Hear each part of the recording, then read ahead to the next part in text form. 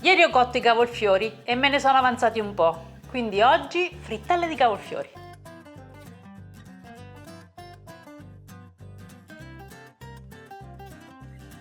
Accendiamo il fuoco, mettiamo in padella un po' d'olio e facciamo sciogliere 3-4 filetti di alici.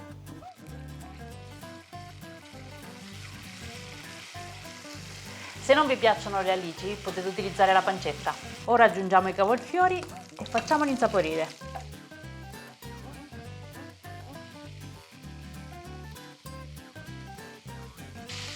Spegniamo e lasciamo intiepidire. Ora prepariamo la pastella, quindi in una ciotola rompiamo 2 uova. Aggiungiamo mezzo cucchiaino di sale, 25 g di olio di semi, 100 g di acqua ed iniziamo a sbattere con la forchetta. Mettiamo mezza bustina di lievito istantaneo per torte salate pizzaiolo Pane Angeli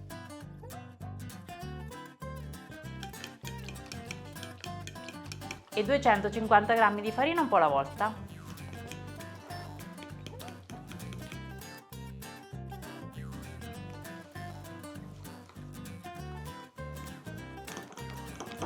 Quando la pastella è liscia e non ci sono più grumi, aggiungiamo i cavolfiori.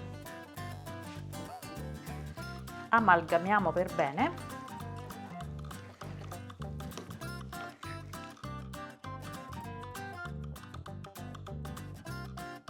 L'impasto è pronto, l'olio è caldo, con 2 cucchiaini diamo forma alle frittelle.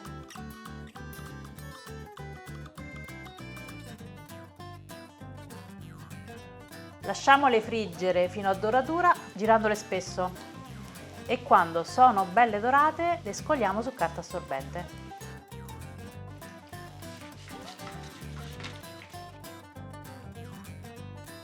Eccole qua, frittelle di cavolfiore pronte. Buon appetito!